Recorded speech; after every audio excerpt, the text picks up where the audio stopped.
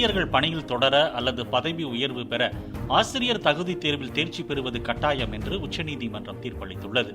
அரசு உதவி பெறும் தனியார் கல்வி நிறுவனங்கள் மற்றும் சிறுபான்மை கல்வி நிறுவனங்களுக்கு ஆசிரியர் தகுதி தேர்வு கட்டாயமா என்பது தொடர்பான வழக்கில் நீதிபதிகள் தீபன்கர் தத்தா, அகஸ்டின் ஜார்ஜ் அமர்வு இன்று தீர்ப்பளித்தது. இருப்பினும் பல்வேறு சூழல்களை கருத்தில் கொண்டு ஓய்வு பெறும் வயதை எட்ட 5 ஆண்டுகள் மட்டுமே உள்ள ஆசிரியர்கள் பணியில் தொடரலாம் என்றும், அதே வேளையில் ஓய்வு பெற 5 ஆண்டுகளுக்கு அதிகமாக காலம் உள்ள பணியாற்றும் ஆசிரியர்கள் தாங்கள் தொடர்ந்து பணியாற்ற டெட் தேர்வில் தகுதி பெற வேண்டும் என்றும் உத்தரவிட்டுள்ளது. இல்லையெனில் ஆசிரியர்கள் தங்களது வேலையை விட்டு வெளியேறலாம் அல்லது ஓய்வு பெறும்போது கிடைக்கும் இறுதி சலுகைகளை பெற்றுக்கொண்டு கட்டாய ஓய்வு பெறலாம் என உச்சநீதிமன்றம் தீர்ப்பளித்துள்ளது.